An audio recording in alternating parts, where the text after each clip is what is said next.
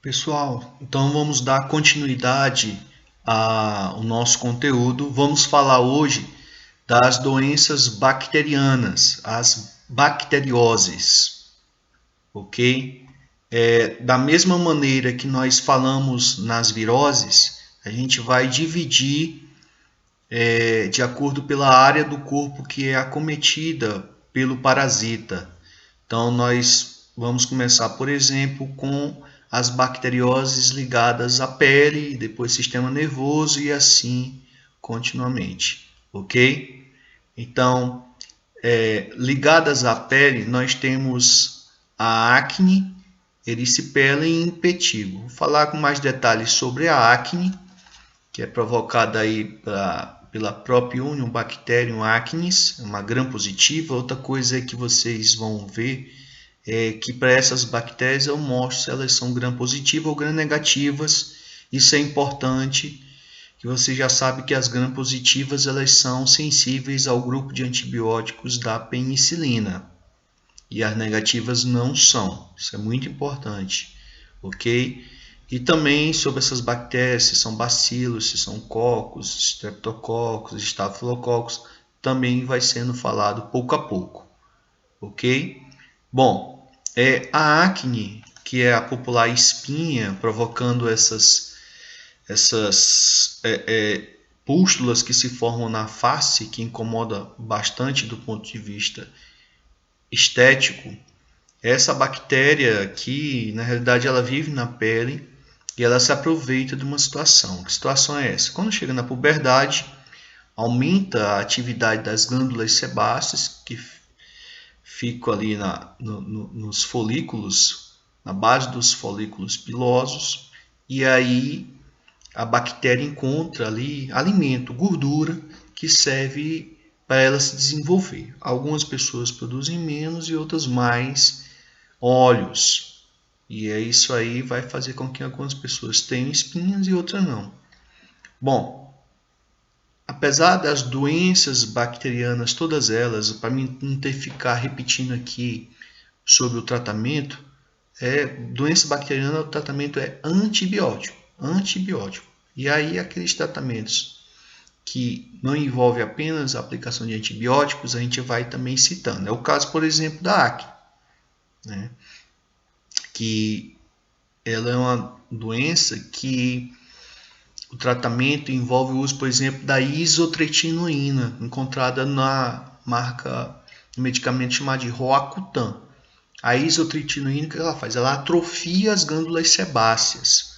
Com isso, você não há essa produção de gordura e aí a bactéria não tem com que se alimentar.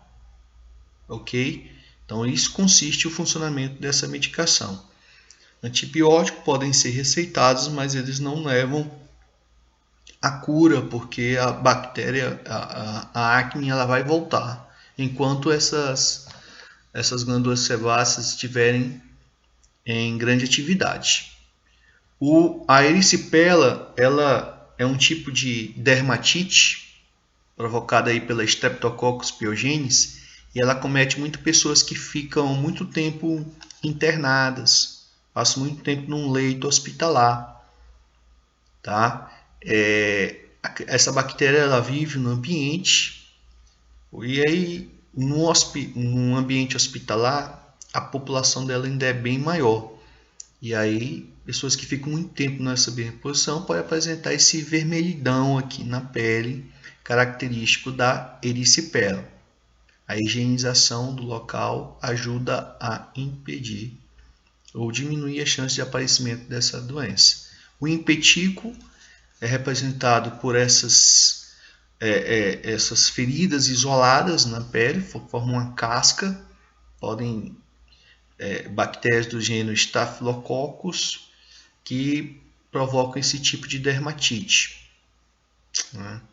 Inclusive o contato com pessoas portadoras pode passar essa bactéria para essas lesões, né, por fissuras que tem na pele. Bom, passando agora para as bacterianas ligadas ao sistema nervoso, nós temos o tétano e o botulismo, que são causadas por bactérias do gênero Clostridium, ok? Essas bactérias são bacilos gram-positivos e que são caracterizadas por serem anaeróbicas obrigatórias, ou seja, para elas o oxigênio é mortal. Por isso que o ferimento para passar o tétano ele tem que ser um ferimento profundo, porque se for superficial a própria atmosfera mata essa bactéria, ok? E por isso se utiliza, por exemplo, a água oxigenada. Há muito tempo se usa a água oxigenada como um antisséptico, porque ela mata as bactérias anaeróbicas obrigatórias. O tétano também é conhecido como doença dos 7 dias, mal dos 7 dias, porque é o período de incubação do aparecimento dos primeiros sintomas, que são espasmos musculares, enrijecimento da região do pescoço, e a toxina das bactérias do gênero Clostridium, elas inibem a passagem do impulso nervoso, atua lá nas sinapses, entre os neurônios e entre o neurônio e a célula cardíaca, por exemplo, podendo levar ao óbito por parada cardiorrespiratória, assim como o botulismo. Só que a toxina do Clostridium botulinum é mais mortal ainda, ok? A ingestão de alimentos que foram mal processados podem conter essa bactéria ou as toxinas produzidas por essa bactéria. Então, se você for comprar um enlatado, ele não pode ter na embalagem nenhuma fissura e nem pode estar inchado, porque se estiver inchado, estufado, é porque está tendo processo biológico ali. Então, está tendo liberação de gases, né? Então, a chance de ter uma bactéria ali anaeróbica, como a do Clostridium, é grande, ok? O botulismo também é uma doença que pode provocar parada cardiorrespiratória. Agora, essa toxina botulínica, bem diluída em pequenas doses, ela é utilizada, por exemplo, para a retirada de marcas de expressão, como é o caso dos pés de galinhas. É o Botox, que é a marca registrada para essa toxina. Nós temos também a hanseníase, que tem lesões na pele, caracterizada por lesões na pele. O Mycobacterium leprae, também chamado de bacilo de Hansen. A hanseníase é a mesma lepra. Por que está ligado ao sistema nervoso? Porque a bactéria ela se multiplica nos nervos sensitivos. Por isso que um dos primeiros sinais da hanseníase é o aparecimento de manchas na pele escurecidas e indolores. Você toca e não sente mais o tato, ok?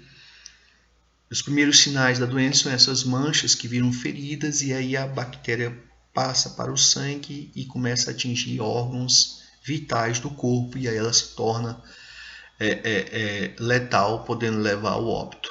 Ok? Tem vacina para a hanseníase. Ok?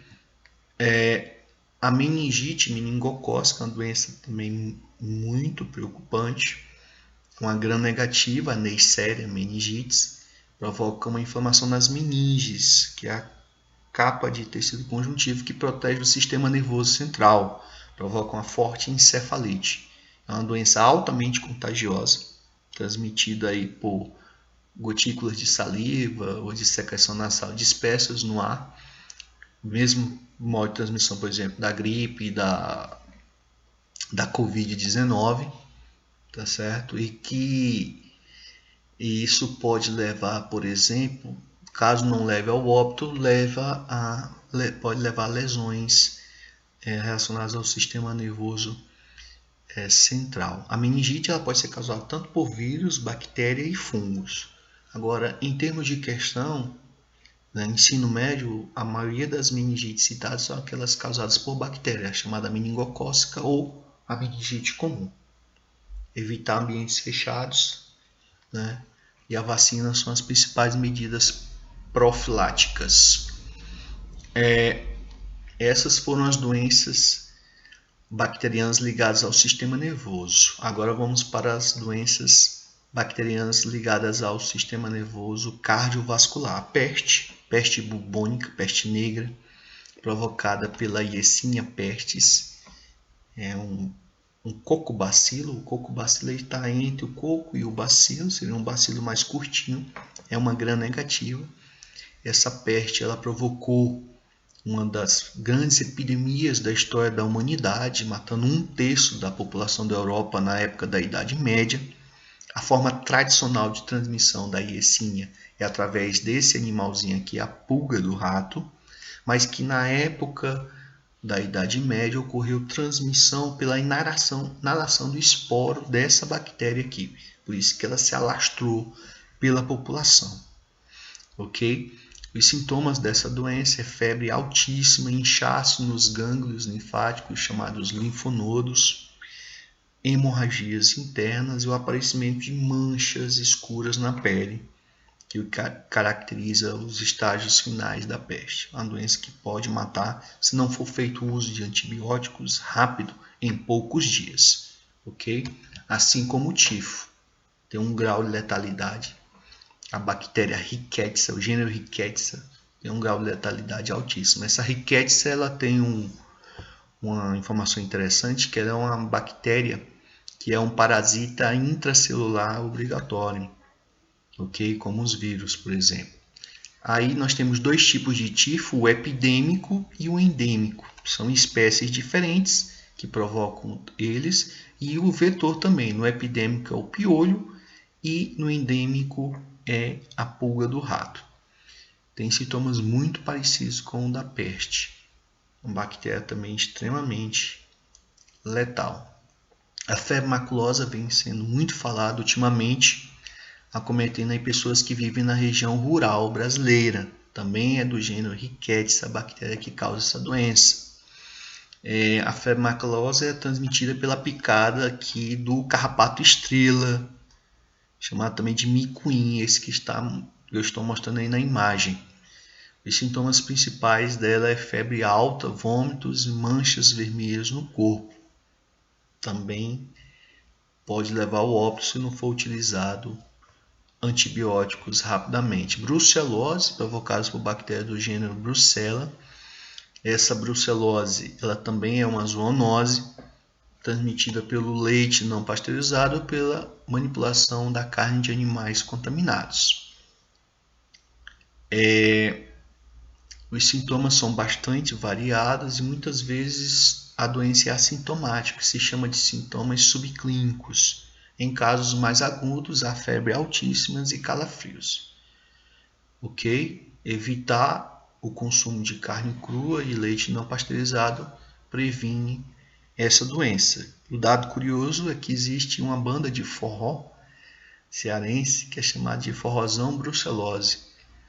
E acho que até quem criou essa banda não sabia, talvez, que o nome da banda era o nome de uma doença. Né?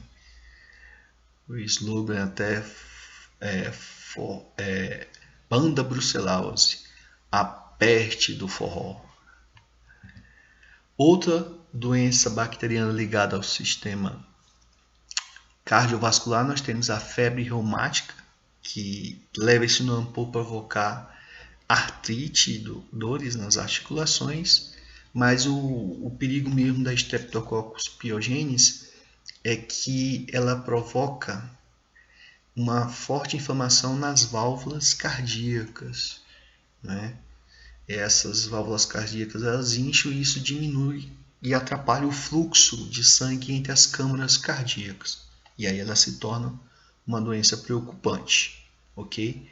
É altamente contagiosa essa bactéria. Transmitida aí, por exemplo, da mesma maneira que a meningite. A gangrena gasosa, né, acometia muito, por exemplo, os soldados da Primeira e Segunda Guerra Mundial, acometeu também do gênero Clostridium, e devido a esses ferimentos não tratados, os tecidos começavam a apodrecer, entrar em necrose, e aí as bactérias se aproveitavam disso e começavam a produzir gases que levavam à formação de bolhas, e aquilo ia fazendo com que o processo de gangrena se espalhasse pelo corpo e podendo a bactéria atingir órgãos vitais do corpo, levando à morte. Ok? Entrando agora no campo das bacterioses ligadas ao sistema respiratório, nós temos aí a mais severa delas, que é a tuberculose, já foi chamada de mal do século. O Mycobacterium tuberculosis, essa bactéria Mycobacterium, esse gênero Mycobacterium, que é o mesmo gênero da Hanseníase, ela leva gram positivo e tem um asteriscozinho, né? Isso aqui significa que essa bactéria ela é gram positiva, mas ela não incorpora o corante gram naturalmente, porque ela tem ácidos graxos no seu envoltório externo que impede com que o corante gram se instale, mas ela é gram positiva, ok? Ela é transmitida pela inalação dos esporos dessa bactéria, ok? Caracteriza-se por ser uma doença que provoca o indivíduo ao tossir eliminar uma secreção sanguinolenta, provoca perda de peso, né? E é uma doença que, se não for feito o tratamento com antibiótico, o tratamento é prolongado, né? Ela pode levar ao óbito. E um dado curioso da tuberculose é que a vacina dela, que é uma das que a gente toma com 1 mês de vida, a BCG, ela que deixa essa marquinha no braço, né? Que todo mundo tem. Cadê a minha? É aqui. A marquinha aqui no braço direito, ok? A pneumonia pode ser provocada por vários tipos de bactérias, por vírus, por exemplo. Eu cito aqui o Streptococcus pneumoniae, que é uma das formas que pode provocar pneumonia. Os sintomas são febre, falta de ar e dor no peito. Sintomas, por exemplo, do Covid, né? O Covid é caracterizado, Covid-19 caracterizado por ser um tipo de pneumonia. A transmissão é a mesma do Covid, ok? Tem vacina também. Coqueluche ou tosse comprida, provocada aí por a bactéria Bordetella pertussis, uma gram negativa, transmitida do mesmo jeito da tuberculose. A coqueluche ela tem como vacina a tríplice bacteriana, que ela protege tanto contra o tétano, quanto a coqueluche, quanto essa próxima aqui, que é a difteria. A corinobactéria ela é muito mais letal que a do coqueluche, e a toxina produzida por ela, além dos comprometimentos respiratórios, agrava a ação dos rins e do coração. Nós temos o antrax ou carbúnculo, causado por Bacillus anthracis. O carbúnculo é um dos sinais da aversão dessa doença na pele, provocando essa ferida da cor de carvão.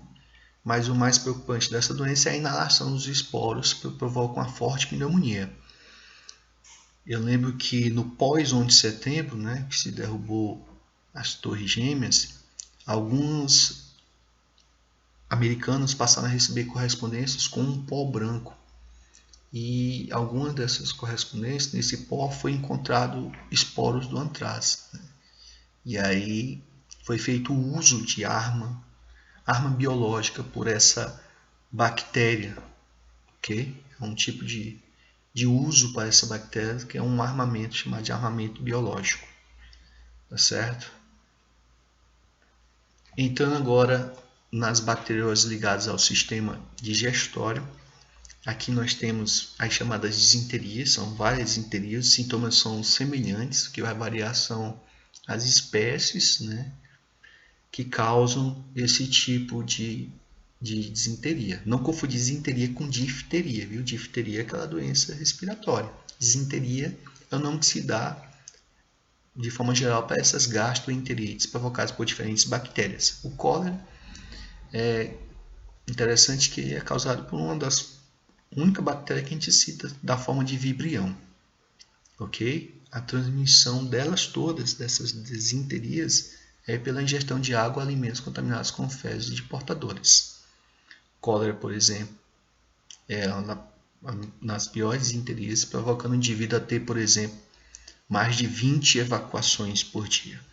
Mata pela forte desidratação e desnutrição provocada no indivíduo. Então nós temos, por exemplo, o cólera, a salmonelose, também uma disenteria transmitida aí pela ingestão de ovos ou carne de galinhas em abatedouros que não têm boa higienização. Outra disenteria é a febre tifoide, que é bem diferente do tifo. É transmitida também por uma salmonella typhi, e provoca forte dor de cabeça, diarreia e pode provocar até perfuração do intestino. Outra disenteria é a shigelose, provocada por bactéria do gênero Shigella, e a diarreia do viajante, provocada pela Escherichia coli. Tá certo? Todas essas são disenterias. A doença péptica ela é provocada pela Helicobacter pylori, e isso deu o Nobel, né, para os pesquisadores que correlacionaram essa bactéria aqui ao aparecimento da gastrite e da úlcera. Eles até injetaram neles mesmos um extrato dessa bactéria e depois usaram antibióticos e os tratamentos para gastrite e úlcera. Então, isso mudou o tratamento da gastrite e da úlcera, que passou a utilizar antibióticos no estágio inicial do tratamento. Okay? A cárie também é bacteriana, está aí no material de vocês, né, que essa bactéria se aproveita dos restos alimentares entre os dentes e passa a produzir ácidos que corroem o esmalte e as partes internas do dente. Entrando agora para as doenças bacteriosas ligadas ao sistema urogenital, que acometem os rins, nós temos a leptospirose, é a campeã de citações no Enem, essa bactéria na forma de espilo ou espiroqueta, transmitida aí pelo contato de água ou solo contaminado com urina de rato. Nesse período de chuvas, se fala muito, né, dessas águas que ficam paradas para a pessoa não entrar em contato, provoca uma forte, né, inflamação renal e também no fígado. A cistite seria uma inflamação na bexiga urinária, pode ser provocada por dois tipos de bactérias, né, e pode ser transmitido também por relação sexual desprovida de preservativos. E aí, falando aí das ISTs, nós temos a sífilis, provocada pelo Treponema pallidum. Das ISTs bacterianas é a mais severa. Os estágios iniciais, o aparecimento de uma protuberância na região genital, chamado de cancro duro, e aí a bactéria, ao cair na corrente sanguínea, passa a causar comprometimentos nos pulmões, coração e no sistema nervoso central, no encéfalo, provoca uma encefalite, que pode levar desde problemas mentais a cegueira ou surdez. A transmissão e a profilaxia são os mesmos de uma IST que nós já caracterizamos nas viroses, como por exemplo como a AIDS. Okay? Então não vou estar repetindo aqui transmissão e profilaxia de IST. A gonorreia também é outra IST, provocada pelo Neisseria gonorrhea. E essa bactéria pode também atingir outras mucosas do corpo, por exemplo aqui na mucosa ocular. A característica principal é a eliminação de uma secreção uretral mal cheirosa e amarelada. Ok? O cancro mole também é uma IST, provocada aí pela Haemophilus ducreyi, e provoca uma lesão na região genital, né, de característica mais mole que a da sífilis, por isso o nome cancro mole. Tá certo? Bom, e aí nós temos outras doenças que vocês podem pesquisar, né, como a clamidíase, o tracoma, a escarlatina e a doença de Lyme.